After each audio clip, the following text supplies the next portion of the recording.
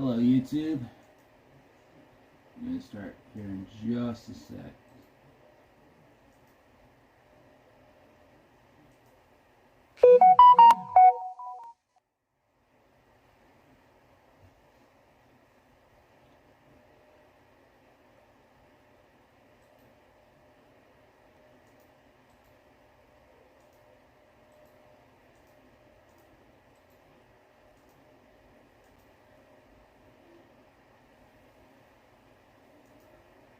I'm going to be starting here in just a sec. Just hold up for a hot sec. Alright?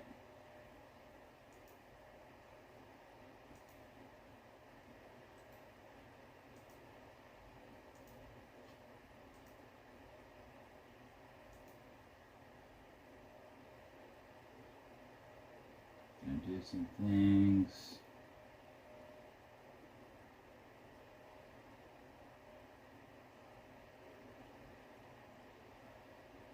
I guess we can do it.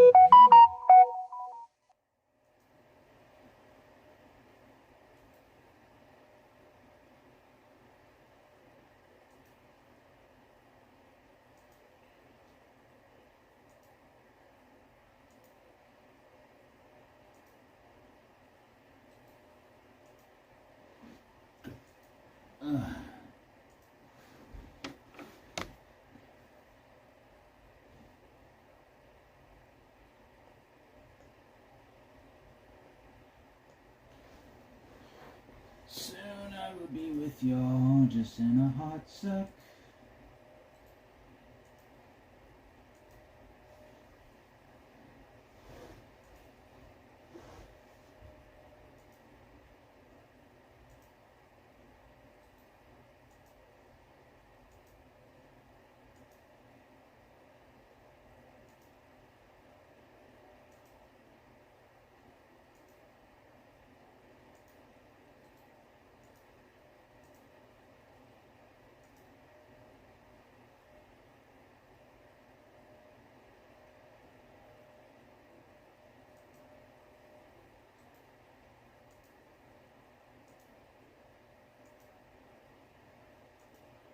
Just hang on for a hot sec.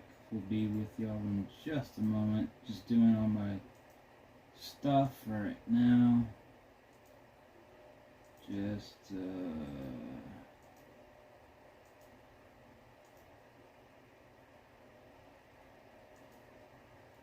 my things.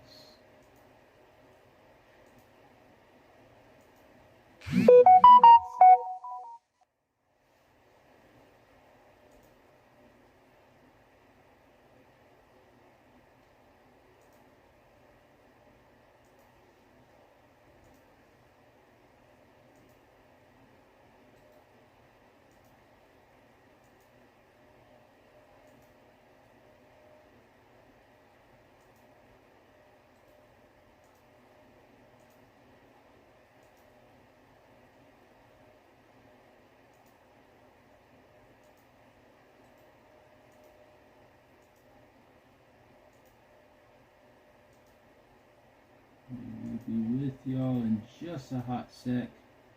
Just chat up in the storm. There.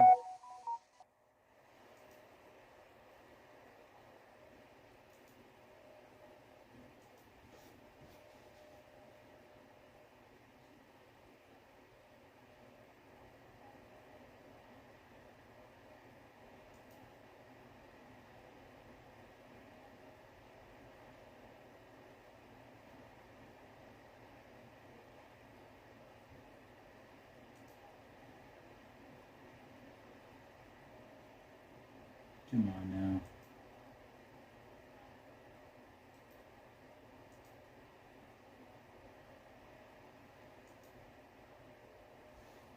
Come on. Just hold up for a hot sec.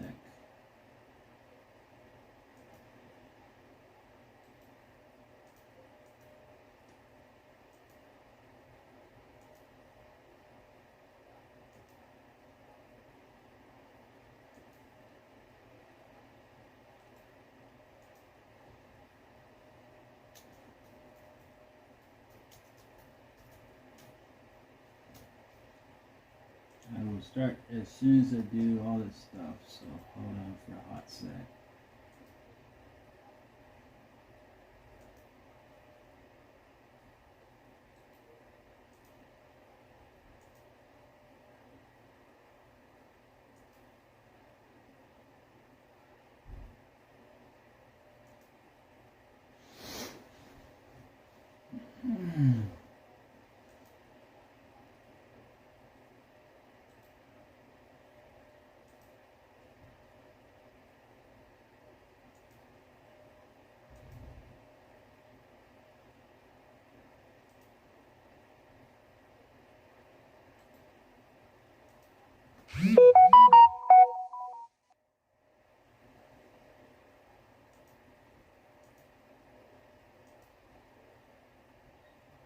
Yeah, my notifications are going off like hell.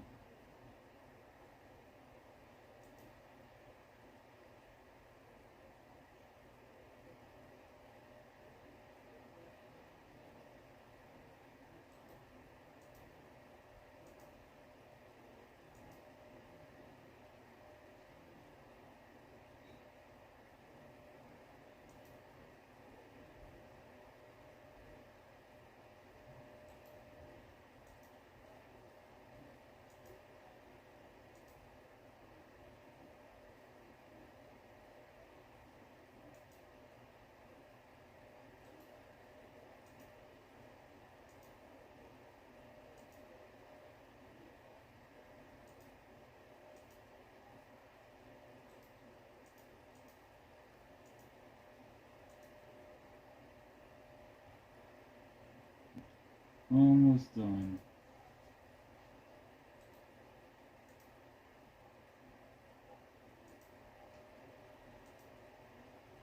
And alrighty. We're done with this. We're done with the postings and everything else. Thank you, whoever is joining right now. Hold up for a hot sec. And we'll start with the thing. Alright. I hope you guys are ready. Oh, and they left. Well, sorry about that.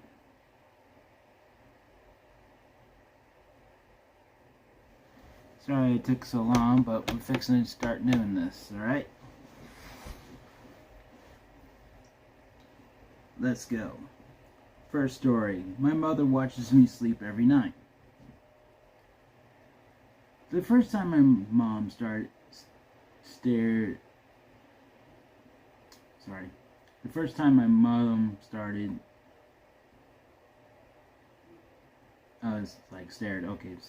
stared at me while I slept was the night my father had died. I was 6 years old. Mommy, is that you? I asked when I saw her in front of my bed. She didn't respond. She just continued staring at me intently, her arms at her side.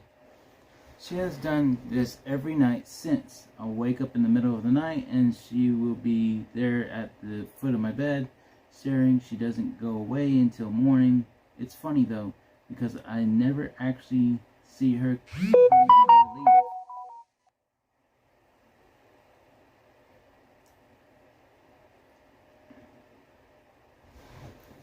Let me just... There we go. Now we won't have notifications going out the yay.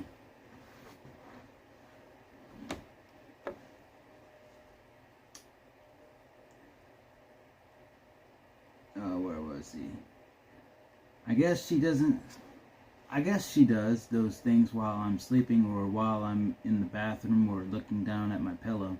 I grew very comfortable with my mom's weird habit. She was protecting me while I slept, although I thought that she might be embarrassed about it because every time I tried to talk to her at night, she would ignore me.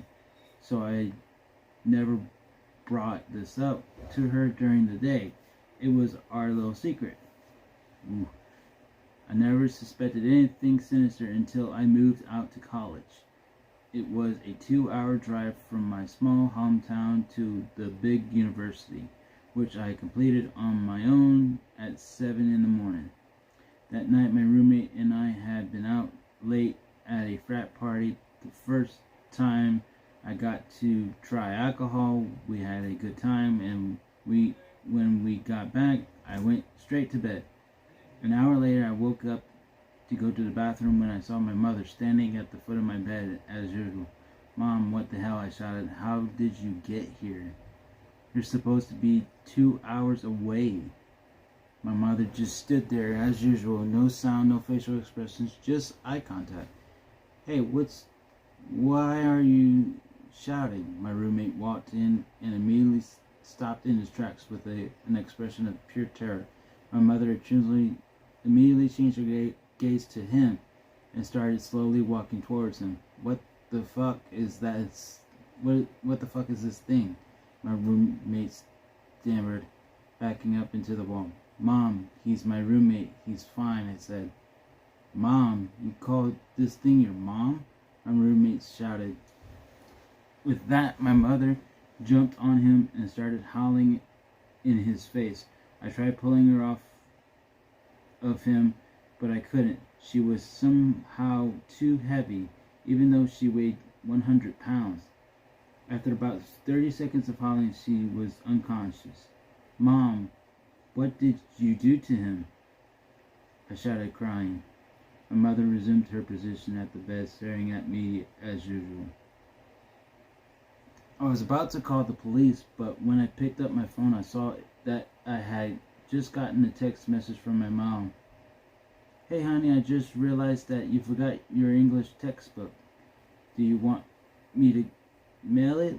The message read. I called her and smiled immediately, and she immediately picked up. "Mom, how are you calling me when you're standing right in front of me?" I asked. There was silence for a moment, and then she answered in a very nervous voice. "Sweetheart, what are you talking about?" "Mom, you're literally standing right in front of me like you've done every night. How are you calling me?" "Oh God, you've been seeing her too. Why didn't you tell me?"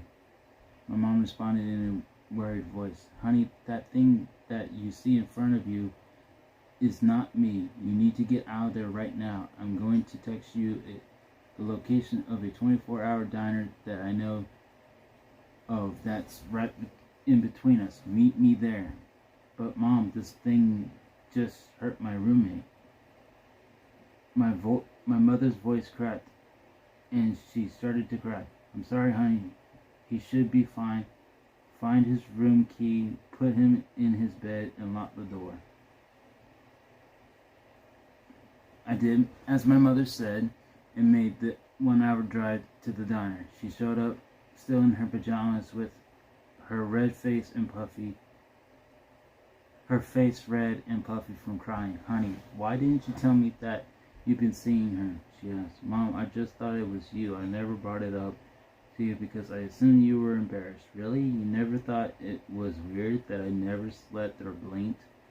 "Okay, well, now that I think about it, it was a little stupid of me not to think of that. Honey, there's something that I need to tell you that I've tried to keep a secret for a long time." I could see her tears swelling in her eyes, but she fought them back with her eyelids. "Your father was very, very abusive towards me. He would hurt me every night. I wanted to leave him, but I didn't make enough money to raise you on my own. I knew that if he died, you would inherit all of his money, but I obviously did not have the gut or the strength to kill him, so I just slightly endured the torture. I prayed every night for something to take him. Then one day my doppelganger showed up." "Doppelganger?" I asked. "Yes, the woman you see in front of you at night. She's not really human, she just imitates one. She showed up and granted my wish. Every time your father tried to beat me, she would come out and knock him unconscious. Eventually the brain damage was too much to endure, and he died from a stroke. Ever since then, she stayed with us." Oh, so she's like a protective spirit? I asked. No, do not think for 1 second that she is benevolent. She is an evil creature that wants to kill as much as she can. The only reason she has not killed you is because she is attached to me and you are my son. But do not think that she doesn't want to. She will kill anybody she sees. My mother took a sip of her coffee, looked around the restaurant, and then lowered her voice. Your roommate will be fine. If it was just one attack, but you cannot let her get to him anymore. Lock your door every night and don't let her out ever, even for just the bathroom. We finished our meals, paid the bill, and then went our separate respective ways. When I got back to our apartment, my roommate was just waking up. Hey man, I don't remember anything last night. I don't know where I put my room keys, he said. Oh, I'm sorry, you left them on the couch, and I grabbed them thinking they were mine, I said, and handed him the keys. So, I am sharing this story with you all to warn you of the dangers of doppelganger. She is a curse that I will carry with me for the rest of my life, although I learned how to live with her. Alrighty, that was interesting. Oh, you came back, number 1 viewer. Thank you for joining.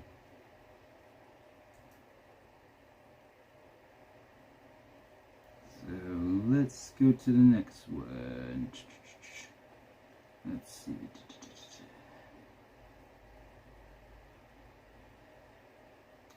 Let's see. This one. Let's see how long it is. Pretty long. I want a short one. Nope, not that one. No, that's a series. Let's see.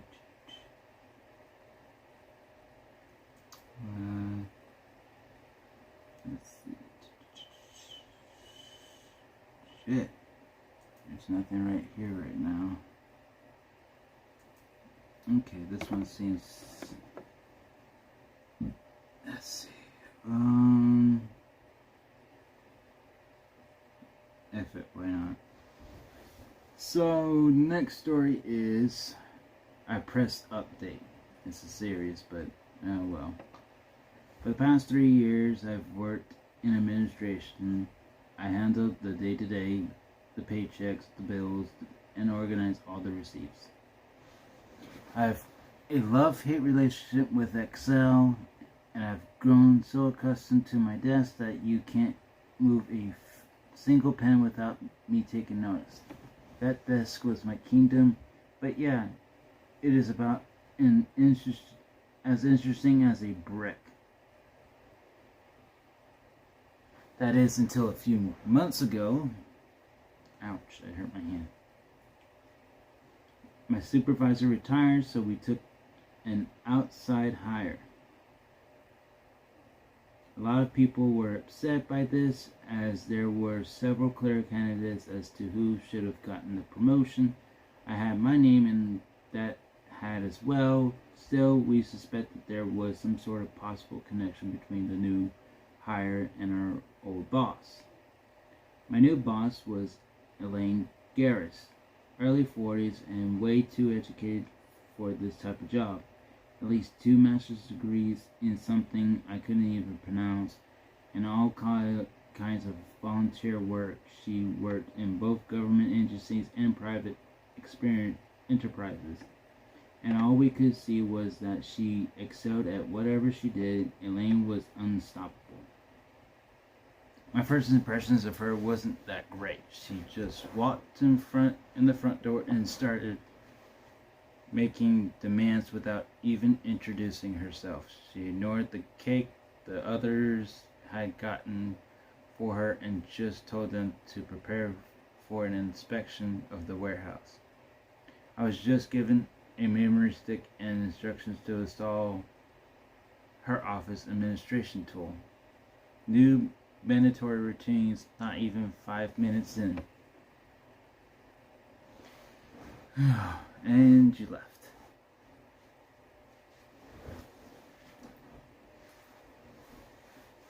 It was the strangest tool, considering only the of combinations of letters and numbers.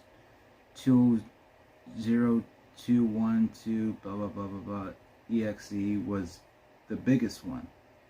What kind of office tool is actually named tool? It didn't even seem to work anyway. All I could see was a console window flashing on and off, starting some kind of background code. I thought I'd done something wrong at first, but after about half an hour of trying to copy and paste and run it in other ways, nothing changed, but a flash on a screen did nothing. I explained this to Elaine briefly during lunch, and she just told me it was working as intended. It was some sort of data collection tool. I usually lock up at the end of the day. That first day I was surprised to find Elaine still working in the back room. She was scrunched up in a corner with her laptop reading something. I cleared my throat and she looked up. I'm closing. I said, you need a minute? Yeah, she nodded. Yeah, I need a minute. Her confidence seemed shaken. Whatever she was reading seemed uncomfortable. I studied her for a few seconds before returning to my desk. I stayed 30 minutes late. When she finally came out of the back room, she seemed like her old self again, leaning over my counter. She tapped her finger on my screen. Starting tomorrow, there's a new routine. I'm coming in with a new tool tomorrow. You okay with that? Sure. But does it do anything? This last one didn't do anything. Yeah, it does something, she insisted. Well, go through it tomorrow. The next day, she was all in. She was seemingly everywhere, going through pretty much every counter of the office. She even cleaned the microwave. She took notes of everything we did, even procedure and routine with adhere to, and all sorts of things we usually took for granted. She wanted to pull everything we did up by the roots, and she was causing a lot of fuzz in the break room. By lunch, she pulled me aside to introduce me to the new office tool. Lunch is unusually my favorite time of the day, but it's the only opportunity to speak to people in the warehouse. Jurgen is the only one around here that I can talk Netflix with, and being deprived of that simple pleasure kind of put me close to the edge. Still, the boss is the boss, so what could I say? I was introduced to the second tool. It had the same name as the first, only it was with an extra 2 at the end. I was about to start it up to check if it worked when Elaine put her hand on my arm. Not now, she said. Last hour of the day, you'll get a notification. So what do I do with it? She asked. What does it do? It collects information. Just make sure to keep it updated about once every 20 seconds or so. Wait, so I press update? That's it? Yes. Smiling. And no surfing, no closing the window. Just keep it updated and let it run. It is vital. Oops. What happens if I don't? What if I have to use the bathroom? Or what if a client calls? If you don't keep that program updated, you're fired. I laughed. She didn't. At the end of the day, I set an alarm for 5 minutes prior. As the clock turned over into a new hour, I launched the program. This one was more than just a flashing console window. It turned the entire screen into some sort of cayenne blue, and in the middle of the screen was a small cube with dots of black and white. They sort of resembled QR codes, but there was no way for me to scan it. And every time I pressed update, it turned into something else. All random patterns, but the way it would lit up by the cayenne blue light made my head hurt. I felt like it was using me for something, but I don't know what. Like I was gasoline in the car. I did as I was told, and I kept updating every 15 to 20 seconds. Just sitting there pressing the button over and over.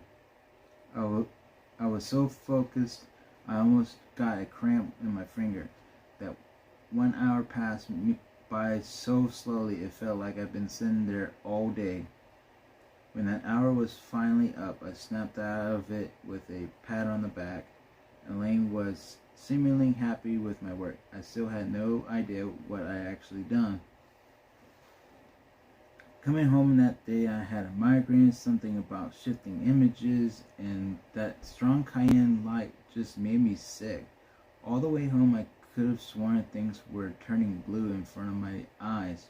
Traffic lights, trees, houses, garden colors started to shift and turn. Sometimes all I could see were the dancing black spots. Not spots, more like crosses. This became a daily routine for weeks. I dreaded that final hour of the day. I would feel my heart rate go up before I even looked at the clock, like I could feel what was going to happen. And every day, I was just sitting there pressing update button.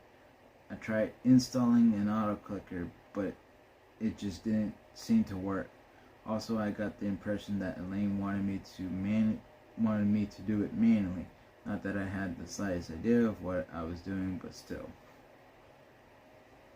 I started getting sick, not just physically, but mentally. That last hour felt awful. I would break down crying in the bathroom, and my stomach would twist and turn.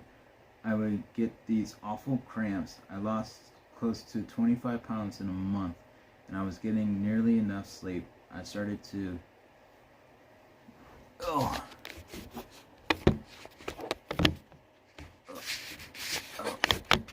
There we go. Yeah. There we go.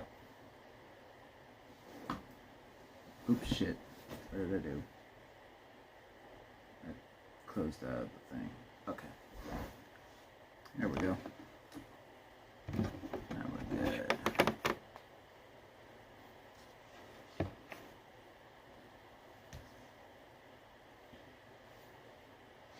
What was that?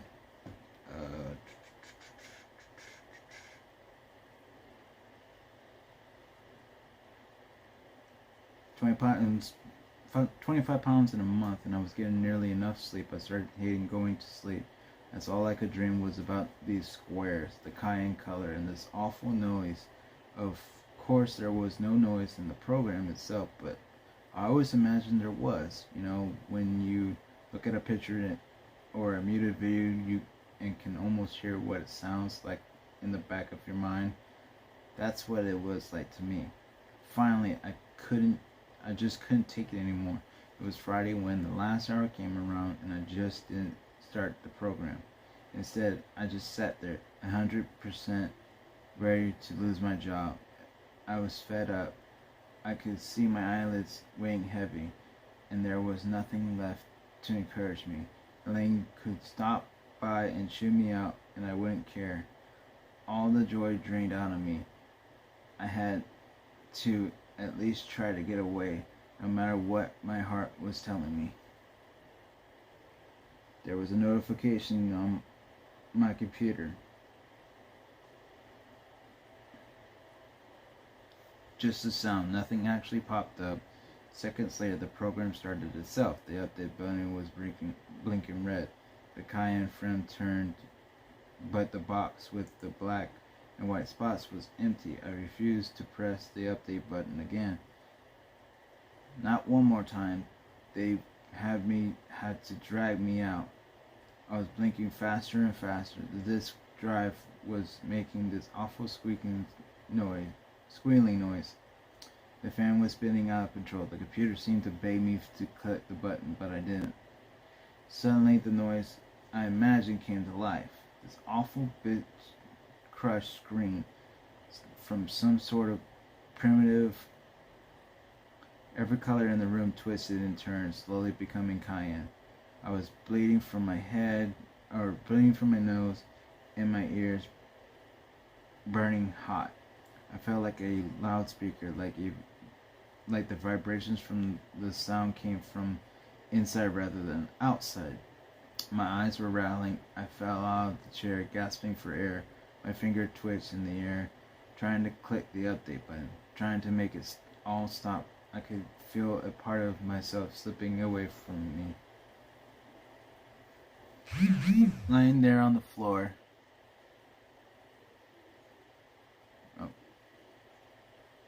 Lying there on the floor and looking out the front door, I could see the sky blinking from cloudy white to command console black. Briefly, I saw the stars. Little lines ran between them like distant cables, making my world into a tiny bit in a network, a 0 or a 1, and behind it all, far off in the distance, the outside of something else, someone else, someone reaching out to me.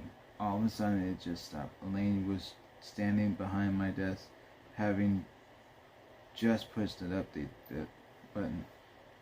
Do your goddamn job, Elaine spat. She kicked over the office chair and left me there. I never even noticed I've been unconscious for 2.5 hours. I don't think I can survive without the update button anymore. I'm dependent on it. If whatever I experienced grew louder or more painful, I would get concussion. I would rattle my eyes out of my skull and burst in my eardrums from the inside. I must go back. I must click it. 1 hour. At the last hour of the day. Sometimes I get worried about missing that click, that I think about going in on the weekends to build up a buffer. I've actually done it once. Just thinking about that vision makes my heart race. That awful color burning into my retinas. The sky flashing in and out of existence. It made me feel so infinitesimal, small. Just seeing that color can make my clicking finger twitch. I feel like I'm being conditioned and threatened into being something I'm not. I think I know what it does. I think it collects time. In a way, I think every update takes something from me. And whatever is on the other side of the screen collects it. Not just data, but something, information, possibly potential, perhaps. The box in the middle, I took some time to figure it out, but I know what it is. It is letters, some sort of auto-generated letters, articles, emails, the kind of stuff you read every day. Hell, I saw the intro to an article that I later read in a New Yorker. It generates content of some kind, and I think it uses me as a sort of processor. Is it making me the computer? I'm not sure why, but I have a theory. I think whatever someone consumes the content it produces, it makes a little something. It plants an idea or replaces something they remember. It buries deep and waits. It isn't just a program. It is a way for someone to harvest something from, well, everyone. I knew Elaine was too good to be true. Looking into her background, there was too much that just doesn't add up. She comes someone with an elaborate CD, never mentions where they went to high school. I don't know how she got this job, but it wasn't legitimate. I'm so close to providing it, I can almost taste it. I don't know how to tell anyone. I don't know how, if I should. Whatever makes me tainted by this presence, that pastoral nightmare is even the slightest chance of the spreading or affecting someone else. I have to keep quiet. I also have to write it down. I have to remind myself that I'm not crazy, and that I have these worries. I have to remind myself not to be complacent, not to give in. For now, this is just for me. No one can know. No one can read about it. This is my secret. I won't let it spread.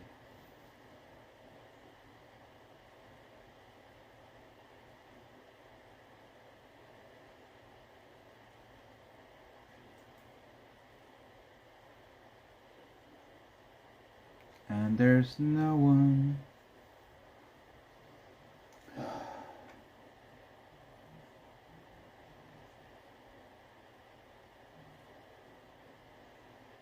Why am I doing this? Yeah. No one's gonna watch it anyways.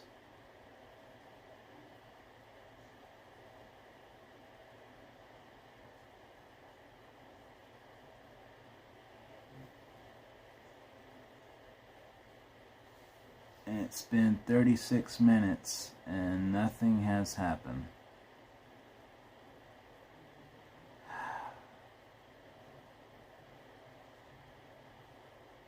Nothing?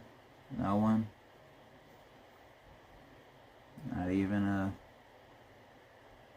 I saw a couple people popping in and popping out. But it's like Spoon. You'll get one and then they'll leave for a hot second and then they don't even try to enjoy themselves.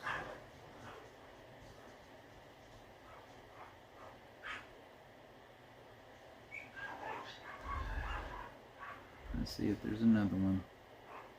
Oh shit. Why did it do that?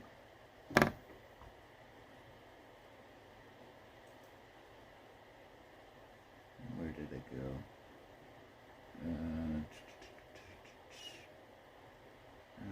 Nope. The code.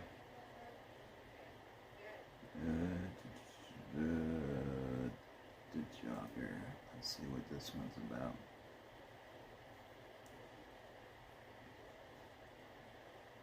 Okay, this one's short and sweet.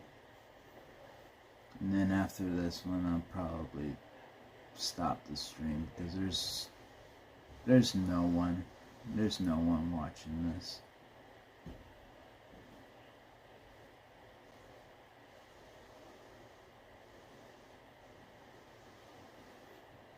I mean, I even gave people update about me doing this and just going, okay, here you go, here's the stream, here's this, here's that, here's this, here's that.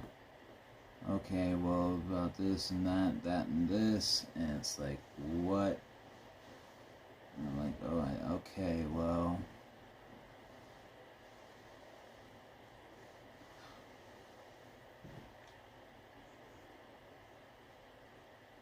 They even bought myself a new laptop. I actually bought an official laptop instead of the Chromebook that I used to use, and I still have it. I still have the Chromebook. And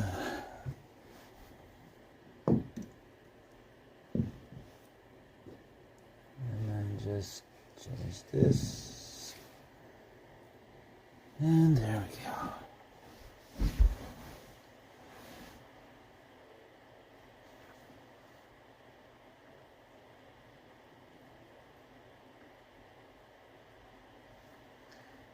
I don't understand. I gave everybody a head's notice and even said, oh, this is this, and we're doing the live stream. And there was like 3 people that voted out that, okay, we'll do it on YouTube and try to find it. I guess. I don't know. All I know is that It's almost 8. I have to go to work tomorrow in the morning. And this is not like, oh, it's 6 or 7 o'clock in the morning. No, this is like 5 o'clock in the morning that I have to go to work.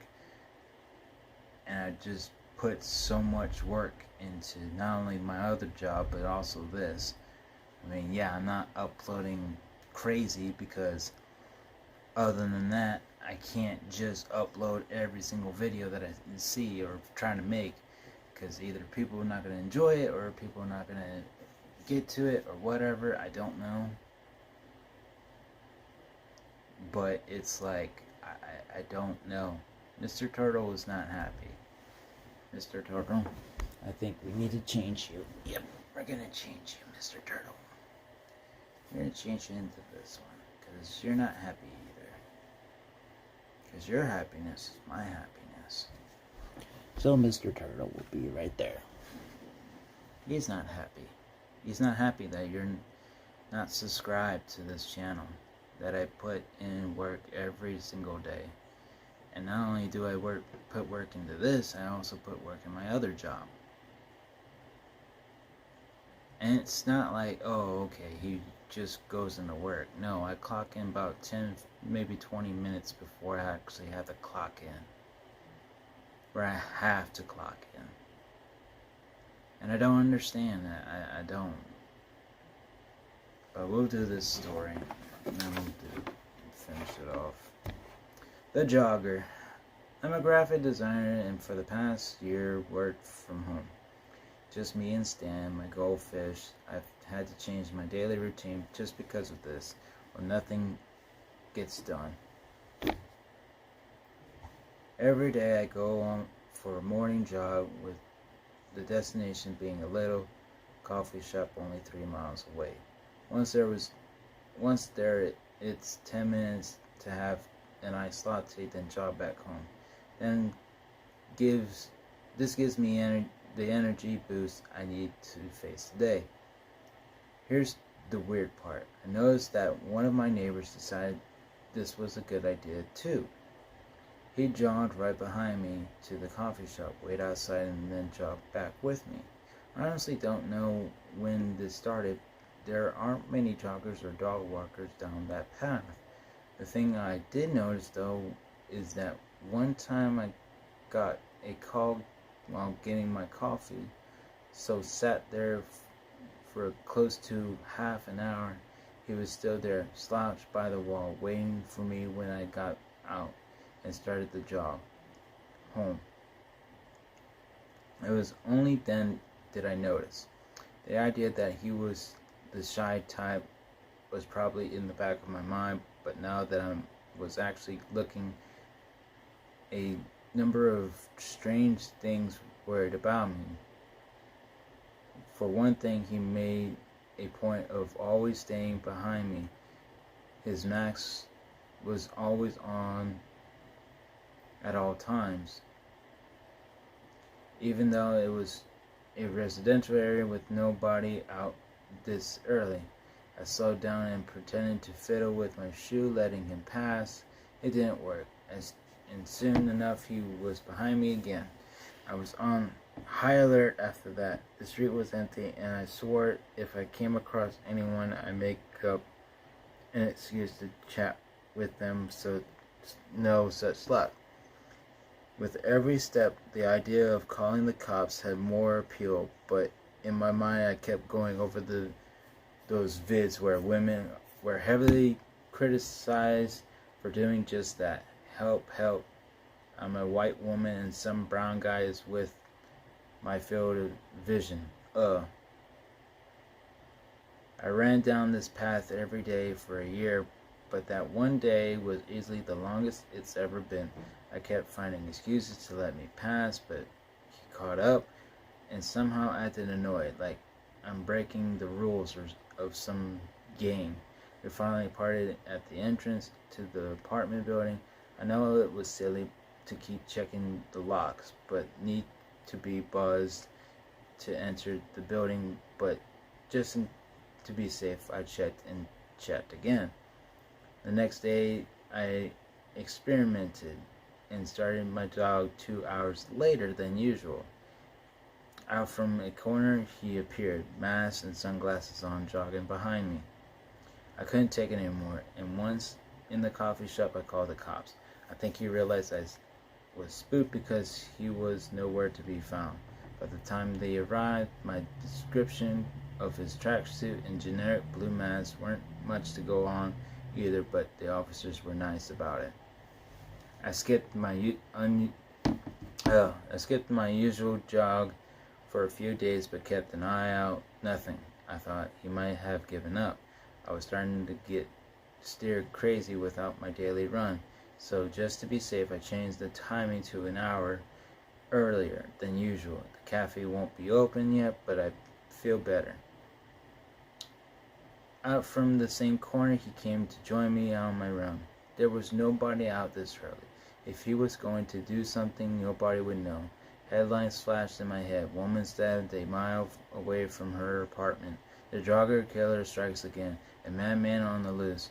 I ran faster, but no matter my pacing, he seemed to have no trouble keeping up. In my panic, I got a brilliant idea. I stopped by one of the buildings at random and pretended to buzz someone. The few seconds it took him to pass me were the longest of my life. Every footfall seemed to vibrate in my skull, and I subconsciously waited for the sharp pain of a stab or shot to come when he was directly behind me. It never did. The second passed, and with every step away he took, my heart rate started to slow down. Again, I called the cops, and again they found nothing. This time I thought I'd pointing out that corner he kept popping out from, and they checked that security camera from that building. What I saw was terrifying. The cameras only kept film for a past month, and every day it showed the man standing there in the corner, unmoving until I passed by. After the jog, he returned to his corner, tracksuit and mask on, and wait every single day. Just stand there, not moving a muscle. I thought the footage was frozen. It had been playing in a loop, but from the side you could see the world passing by as he stood hidden in the little corner. It's been months since the cops assured me that the guy never returned to the corner after that, and they had the footage to prove it. Call me a coward, but I couldn't risk it. I moved in with my parents until I found somewhere else to sent in a company to get my stuff. I don't know who the guy was or why he was fixated, but this was one thing. I'm half Persian, and growing up my nana would always put me to sleep with tales of jinn. These weren't the type to grant wishes or befriend you. Jinn, in another word for hidden it in a forgotten corner, hidden behind a mask, or hidden behind from the stupid woman that thought it was a good idea to take a walk down a path it considered its backyard. Banana gave me a warding ring, the cheap kind that turns green 5 minutes later, and I haven't taken it off since. It's superstitious, yes. It's probably just some psycho, but just in case. Okay, guys. Thank you for joining me today. Thank you, guys. Got the new laptop and everything, so downloaded Steam and everything else, and we got OBS on it, so that means now we can update it and probably sooner or upload videos through it, which will be a lot easier. And also we have the live streaming thing, so now I can do Twitch. I mean, I can do Twitch on Streamlabs on my phone, but that would also mean that I can do streaming on Twitch on my computer or laptop, and it will be just fine. But thank you guys for joining me so much. I know it's 3 stories. I was hoping to get maybe 2 hours in, 8 o'clock. That way I can kind of take a shower and whatnot, and then just head off to bed at around 9 or 10. But thank you guys who did join for a hot sec, or if you are listening to this later on and just want to do the live stream but thank you guys for joining me so much. I hope you do subscribe, and I hope you keep the notifications on. And I'll probably post it again on TikTok and maybe Twitter, because I didn't do it on Twitter, but we'll do that next time, and then just let that know. But it's going to change from a different day, because my schedule for work has changed, which this is a norm for me. But I'll be working tomorrow morning, but then I'll be working Sunday night, which that will be 5 o'clock p.m. to probably 5 o'clock a.m. So I'll be getting off Monday morning. I'll be off Monday, but then have to work Tuesday night, and that's 5 p.m. to 5 a.m. Wednesday morning. So Wednesday and Thursday I'll probably be trying to upload some videos for y'all, and then just YouTube will probably process those and then send them on as notifications, so that you guys can still be entertained in some format.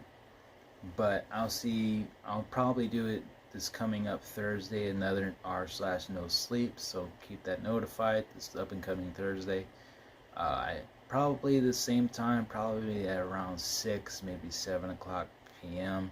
Central Time. It'll be 7 p.m. Eastern Time, I believe. That's New York time, so, or Florida time, whichever you want to call it. But Central Time, it'll be 6 o'clock. So I hope you guys enjoyed today's video. Again, I know I stated that it was going to be 6 o'clock, but we wanted to start early, so that way you guys can actually a little bit chat while I was setting up some stuff and sending some notifications on the way. I didn't send enough notifications through Twitter. That's what I just said. Thank you guys for joining me so much. We're going to do this until probably